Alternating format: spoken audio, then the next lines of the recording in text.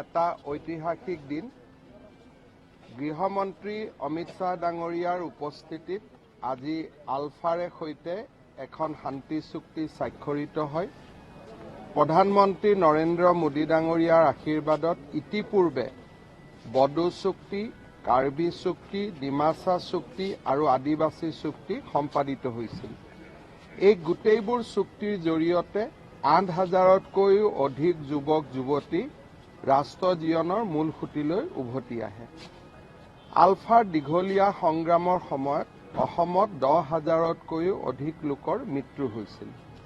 প্ৰায় ৪,৫০০ নিৰীহ লোক ২১ৰ পৰা ২২লৈকে আলফাৰ লগত জড়িত সদস্য আৰু নিৰাপত্তাৰক্ষীও সমান সংখ্যক নিহত হৈছিল। এই ১০,০০০ লোকক যদি আমি চাবলৈ যাওঁ, ৪০০-৫০০ ছিকিউৰিটি পাৰ্চনেলক যদি আমি বাদ দিওঁ, আটাইবোৰে অসমীয়া যুৱক যুৱতী আছিল, অসমৰ নিৰীহ ব্যক্তি আছিল। তেখেতসকলৰ মৃত্যু আৰু বলিদানৰ পিছত আজি আলফাৰ শান্তি চুক্তি আৰু আন চুক্তিসমূহে আমাৰ অসমখনলৈ শান্তি আৰু বিকাশৰ এটা নতুন ধাৰা নামাই আনিছে।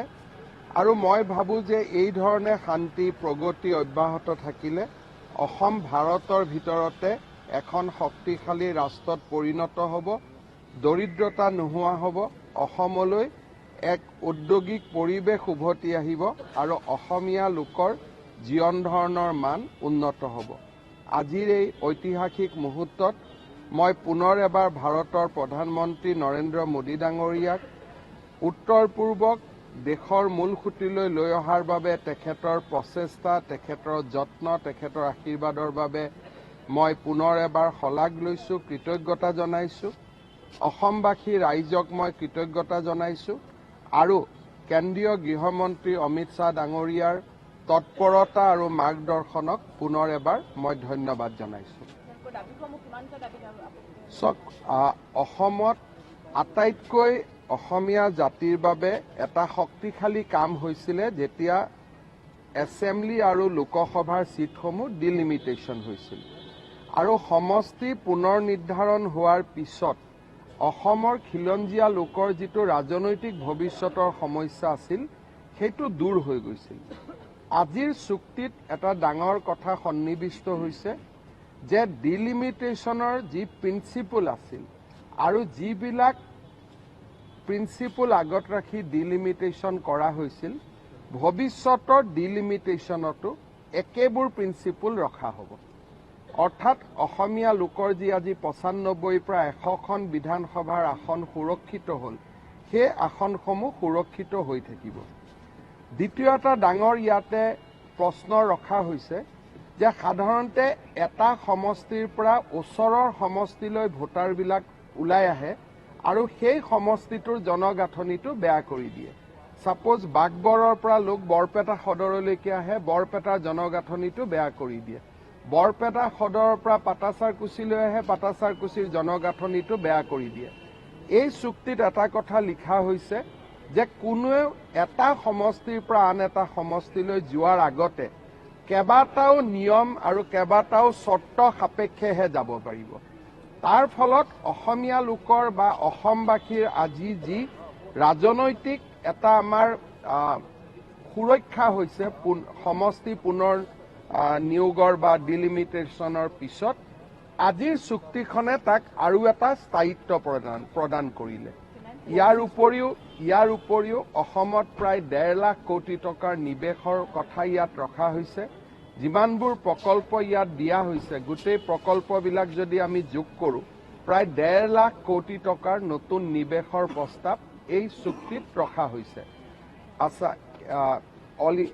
IIM, আইচাৰ, প্লেনিং, আমাৰ আৰ্কিটেকচাৰেল ইউনিভাৰ্চিটিকে ধৰি বহুতবিলাক নতুন নতুন অনুষ্ঠান প্ৰতিষ্ঠানৰ কথা কোৱা হৈছে, নতুন ৰেলৱে লাইনৰ কথা কোৱা হৈছে, নতুন নেশ্যনেল হাইৱেৰ কথা কোৱা হৈছে আৰু গোটেইবোৰ পেকেজ যদি আমি মিলাই দিওঁ, ইট উইল কষ্ট এৰাউণ্ড 1.5 লাখ ক্ৰ'ৰ। গতিকে স্বাভাৱিকতে আজি অসমৰ বাবে এটা প্ৰাপ্তিৰ দিন। খিলঞ্জীয়াৰ ভূমি অধিকাৰ ক্ষেত্ৰতো কেইবাটাও নতুন বস্তু ৰখা হৈছে, যেনেকৈ আইকনিক ষ্ট্ৰাকচাৰ হয় সেই আইকনিক ষ্ট্ৰাকচাৰৰ 5 কিলোমিটাৰত আন লোকে মাটি কিনিব নোৱাৰিব। কৃষিভূমি সুৰক্ষিত ৰখাৰ পৰা আদি কৰি ক্লজ 6ৰ প্ৰতিবেদনত ভূমিক লৈ যিমানবোৰ পৰামৰ্শ দিয়া হৈছিলে প্ৰায়বোৰ পৰামৰ্শ ইয়াত সন্নিৱিষ্ট হৈছে। আলফাৰ গোটেই যুৱক যুৱতীসকলৰ সংস্থাপনৰ ইয়াত কথা হৈছে, পুনৰ সংস্থাপনৰ কথা কোৱা হৈছে আৰু তেওঁলোকৰ ভৱিষ্যতটো নিৰাপদ কৰাৰ কথাও ইয়াত কোৱা হৈছে।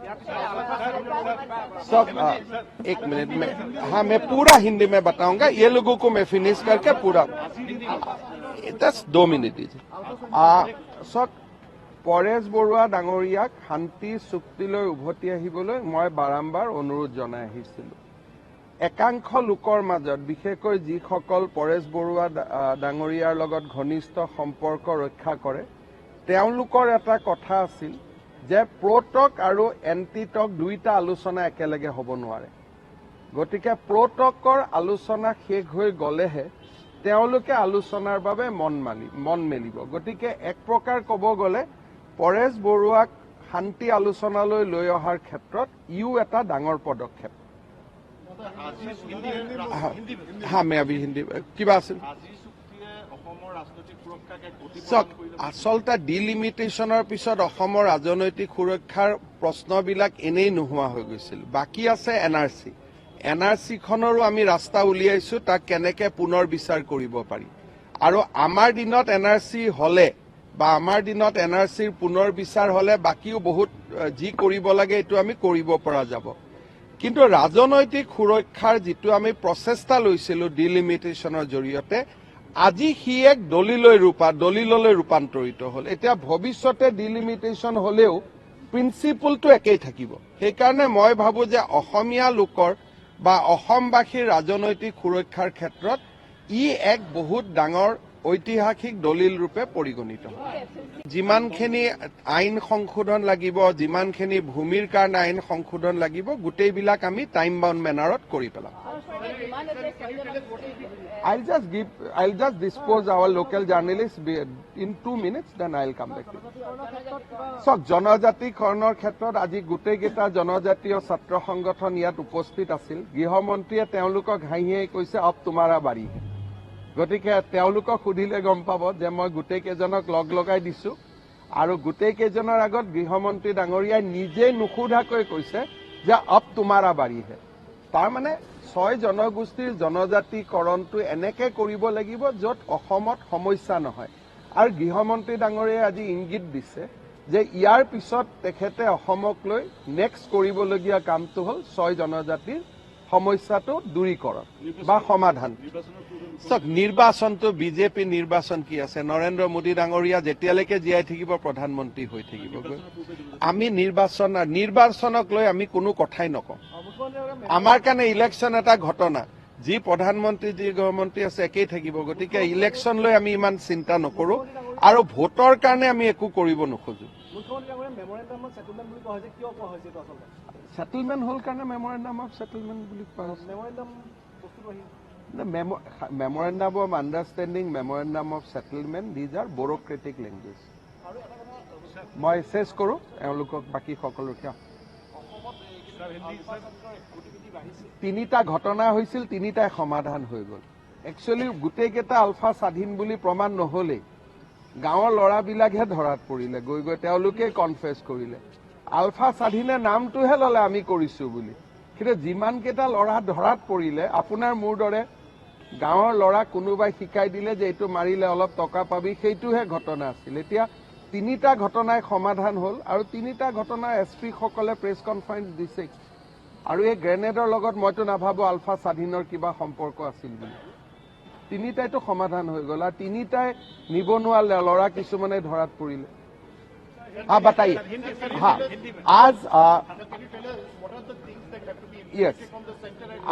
आज असम के लिए एक बहुत बड़ा दिन है। 1987 से अल्फा का मूवमेंट शुरू हुआ था और ये पूरा कालखंड में 4,000 से अधिक इनोसेंट लोगों का मृत्यु हुआ था अल्फा का हाथों में। 2100 अल्फा का कैडर का मृत्यु हुआ था सिक्योरिटी फोर्स का हाथ में। और लगभग 700 से अधिक सिक्योरिटी फोर्स का निधन हुआ था और 21 से अधिक लोग किडनैप हुआ था। ये है एक ऑफिशियल काउंटिंग, लेकिन म्यांमार में कितना मरा या चाइना में कितना लोगों का निधन हुआ, बांग्लादेश में कितना लोगों का निधन हुआ, ये भी काउंट हमारा पास नहीं है। तो ये माना जाता है कि 10,000 से अधिक लोगों का ये अल्फा का मूवमेंट का दौरान मृत्यु हुआ था और गृह मंत्री जी ने बोला है कि शायद वो अल्फा का मरे या सिक्योरिटी फोर्स का मरे, लेकिन भारतीय लोगों का ही जान गया था ये कालखंड में। आज ये जो एक मूवमेंट था, इसका एक आज कल्मिनेशन हुआ, अल्फा का साथ एकॉर्ड हुआ। ये एकॉर्ड का जरिए असम का मूल वासियों का सुरक्षा के लिए कोई सारे क्लॉजेस है, असम का जमीनों का मूल वासियों के लिए संरक्षित हो उसके लिए काफी क्लॉजेस है। करीबन 1.5 लाख करोड़ का निवेश का बातें है, असम में निवेश होगा 1.5 लाख करोड़ जैसा। असम में कई महत्वपूर्ण IIM जैसा इंस्टीट्यूट बनाने का बात भी हुआ है और एक हिसाब से एक ऐतिहासिक एकॉर्ड आज साइन हुआ है।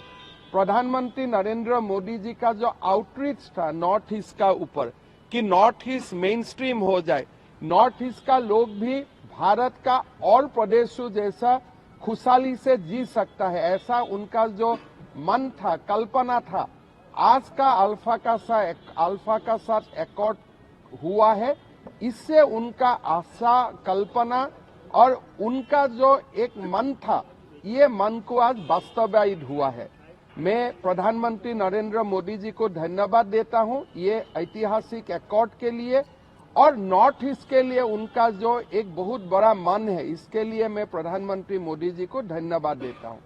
गृह मंत्री अमित शाह जी चाहते हैं निरंतर कि नॉर्थ ईस्ट का सारे समस्या का समाधान हो जाए। अल्फा का एकॉर्ड का साथ ही असम का जो पेंडिंग जितना भी समस्या था, सारे समस्या गृह मंत्री जी ने समाधान कर दिया है और असम सरकार और भारत सरकार मिलके टाइम बाउंड मैनर में ये एकॉर्ड को इम्प्लीमेंट करेगा। असम एक शांति का द्वीप बनेगा।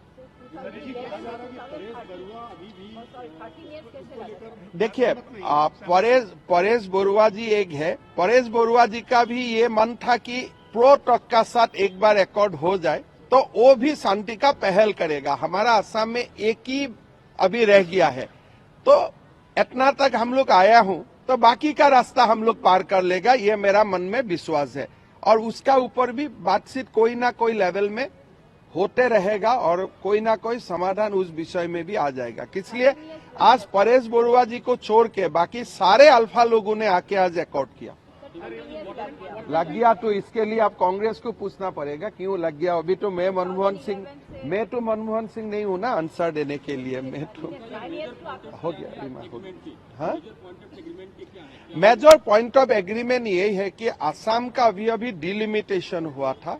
Out of 126, we have secured almost 97 seats for the indigenous people.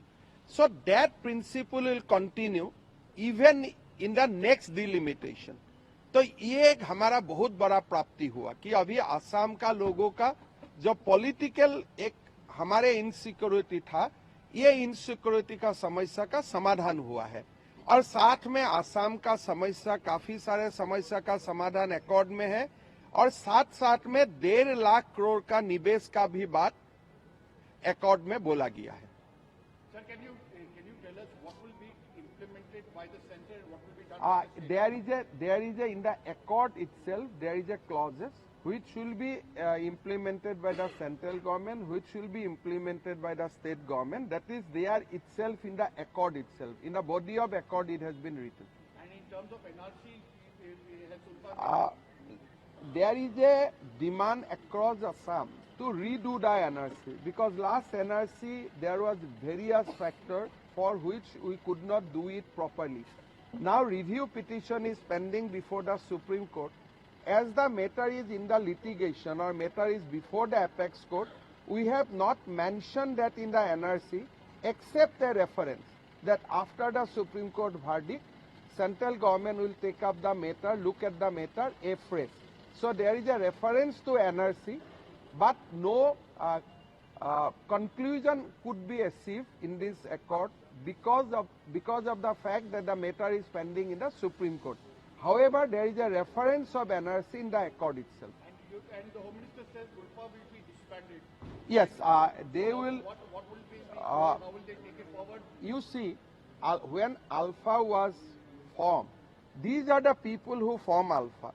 Now, except one individual who is now leading the anti-talk faction of Alpha, all the founding members of Alpha was here today. These people came to Delhi in 1993 also, when Prime Minister Narasimha Rao was there. Even initial discussion were taken place, but it could not taken into the logical conclusion. So after 1993, today they have visited North Block again, and they have signed the accord. They have assured us that Alpha will be disbanded. They are now living in camps, so they will disband the camps, they will deposit their arms, and 726 cadre will be in the mainstream, and they will rescue themselves all the activity which are not as per law. Sir, will they be given jobs, the cadre? There will be no job, but we have followed the same rehabilitation policy. However, the family who has lost their husband in the Bhutan operation, 9%, will consider job for those families. 9 family who has now we can say that they have died because so many years we could not trace them, and as per the norms, after 12 years we can declare them as dead. So that 9 family who were missing during the Bhutan operation and we could not find out their trace today, those 9 family will try to rehab them with a government job. During the rehabilitation camp, they are facing very much financial crisis, and Now within 2 months they will get their financial grant and they will go back to normal life. Thank you. Particular time frame बनाया गया है, कब तक? इसमें देखिए सारे जो मसला है बहुत ये नहीं है कि बहुत समय लगेगा. मेरा लगता है कि जैसा आगे का सारू अकॉर्ड हमने इम्प्लीमेंट कर चुका हूँ within a time frame of 1 year, I don't think that will take more than 1 साल से ज्यादा समय लूंगा. ये हो जाएगा. और गृह मंत्री जी खुद भी 2-2 महीना में मॉनिटर करता है कि जो अकॉर्ड साइन हुआ है उसका इम्प्लीमेंटेशन के लिए वो खुद हमेशा एवरी 2 मंथ्स रिव्यू करता है और उससे ये इसको बल मिलता है इमीडिएट इम्प्लीमेंटेशन का. मेमोरेंडम ऑफ सेटलमेंट क्यों का? ये तो मैं भी नहीं जानता हूँ. हर बार हम लोग मेमोरेंडम ऐसा अकॉर्ड करता हूँ, या तो मेमोरेंडम ऑफ अंडरस्टैंडिंग बोलता है या तो मेमोरेंडम ऑफ सेटलमेंट बोलता है. शायद ये ब्यूरोक्रेटिक लैंग्वेज है. मैं आंसू का दिन से ही देखा हूँ 1985 से जो भी अकॉर्ड होता है या तो मेमोरेंडम ऑफ अंडरस्टैंडिंग लिखा जाता है, नहीं तो मेमोरेंडम ऑफ सेटलमेंट लिखा जाता है. अभी क्यों लिखा जाता है वो भी मेरा आइडिया नहीं है, मुझको भी पूछना पड़ेगा ये बात भी. Thank you. NRC, no. I mean NRC we want to seriously relook. We have already posted a review petition before the Honorable Apex Court. We want to redo 10% in Assam and 20% of the area where Indo-Bangladesh border is there. So we are now asking for limited review. But if limited review throw the same result, then we will have no ground to ask for the complete review.